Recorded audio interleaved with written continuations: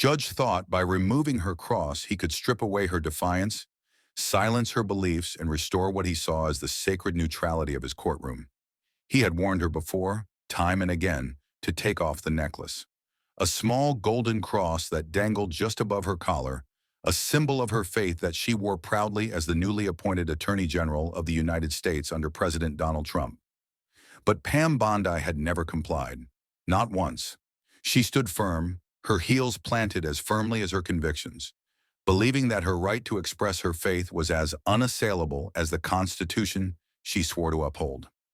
On this day, however, the judge's patience had run dry.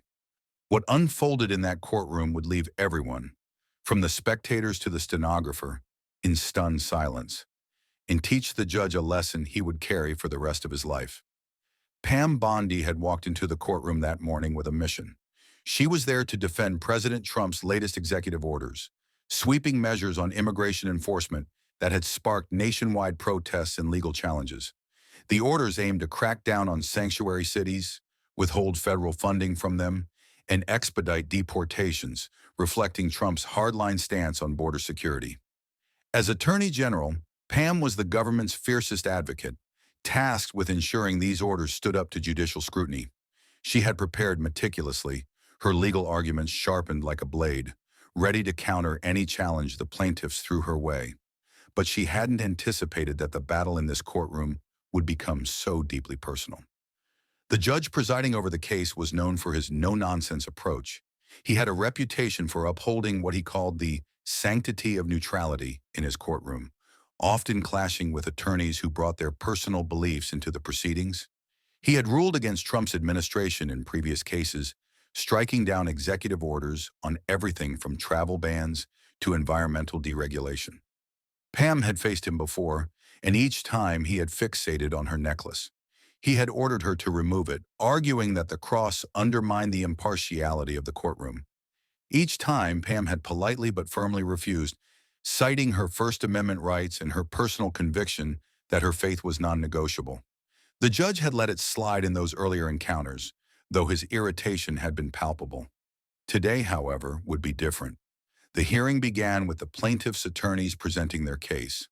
They argued that Trump's executive orders overstepped federal authority, violated due process, and infringed on states' rights.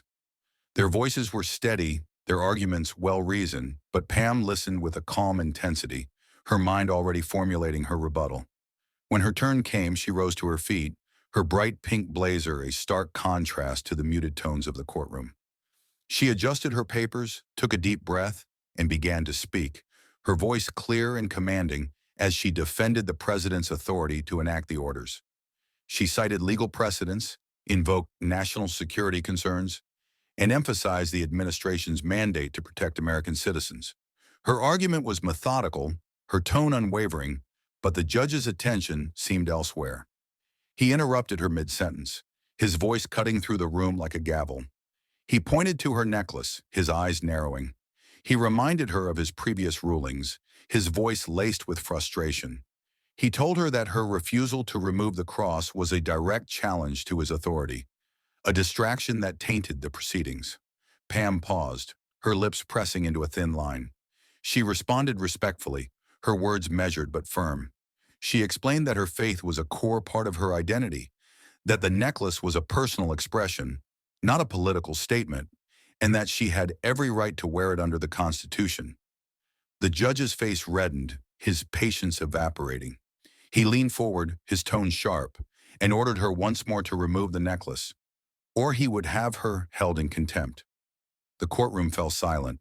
The spectators, a mix of journalists, activists, and curious onlookers, held their breath. Pam stood her ground, her chin lifting slightly, her eyes locking with the judge's. She repeated her stance, her voice steady but softer now, almost pleading for understanding. She told him she meant no disrespect, but she could not and would not remove the cross. It was a line she would not cross, a principle she would not abandon, even under threat of contempt. The judge's expression darkened. He rose from his bench, stepping down with a deliberation that sent a ripple of tension through the room.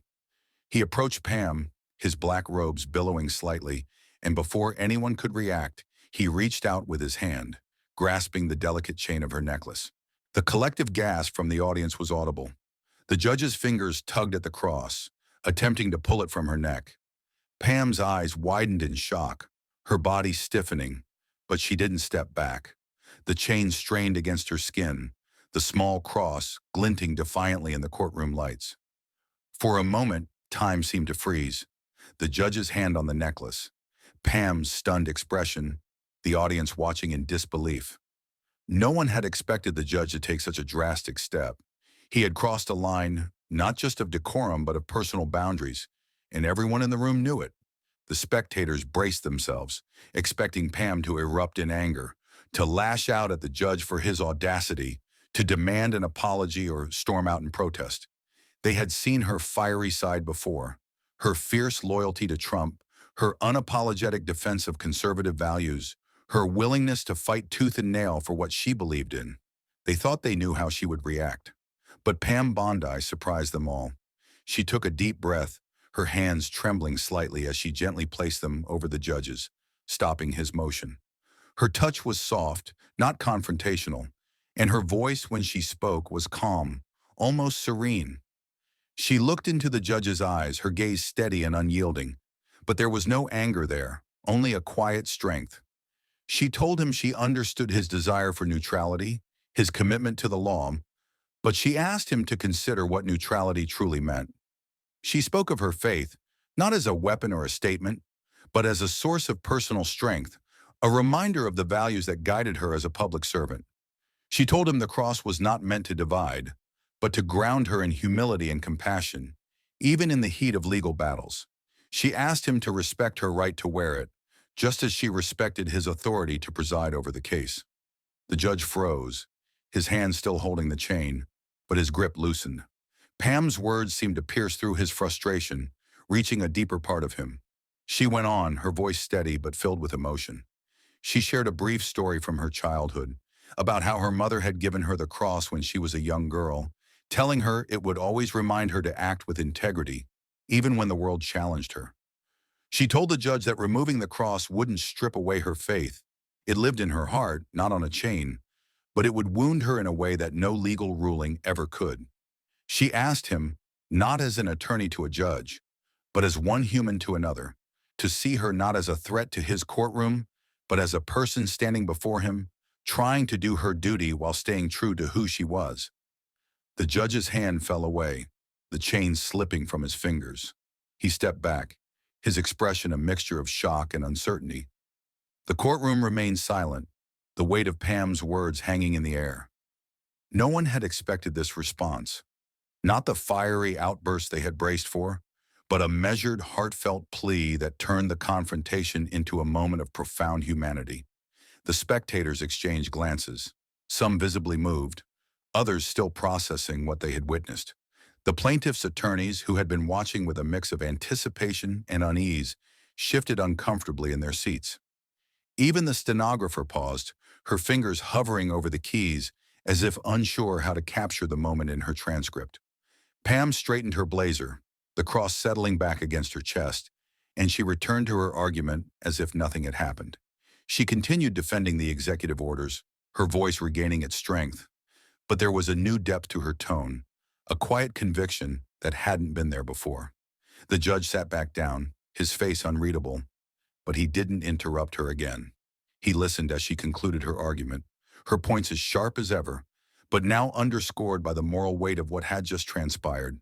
When she finished, she took her seat, her composure intact, though her hands betrayed a slight tremble as she clasped them in her lap.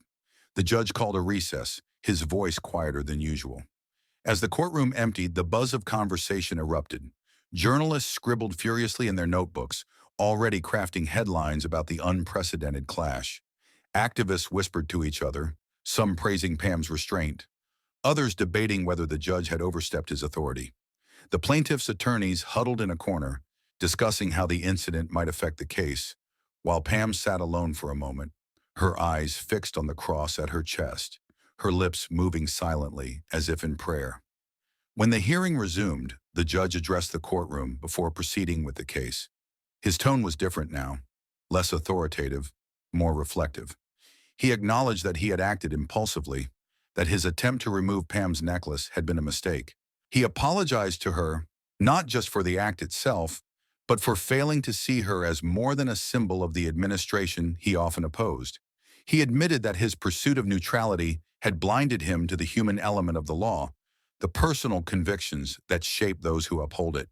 He told the courtroom that he had been reminded of a lesson he thought he had learned long ago, that true justice requires not just impartiality, but empathy, a willingness to understand the perspectives of others, even when they differ from his own. Pam nodded in acknowledgement, her expression gracious but reserved. She thanked the judge for his words, her voice steady, and the proceedings continued. The case moved forward, with both sides presenting their final arguments. But the atmosphere had shifted.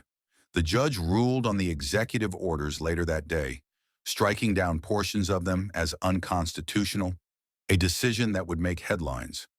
But the ruling felt secondary to what had happened earlier. The real story, the one that would be debated on news channels and dissected on social media, was Pam Bondi's response to the judge's overreach and the lesson he had learned in the process. In the days that followed, the incident became a lightning rod for discussion. Some praised Pam for her composure, seeing her as a beacon of faith and resilience in a polarized political climate. Others criticized her, arguing that her refusal to remove the cross was a deliberate provocation, a way to signal her allegiance to Trump's conservative base. The judge faced scrutiny as well, with some calling for his recusal from future cases involving the administration, while others commended his willingness to admit his mistake. But for those who had been in the courtroom that day, the moment transcended politics. It was a reminder that even in the most contentious battles, there is room for humanity, for understanding, for growth. Pam Bondi left the courtroom that day with her cross still around her neck, her faith unshaken. She had defended her principles, not with anger or defiance, but with a quiet strength that had stunned everyone in the room. And the judge, for all his years on the bench, walked away with a lesson he would never forget: that neutrality does not mean erasing the beliefs of those who stand before him, but finding a way to honor their humanity while upholding the law. The clash over a small golden cross had become a moment of profound clarity, one that would echo far beyond the walls of that courtroom.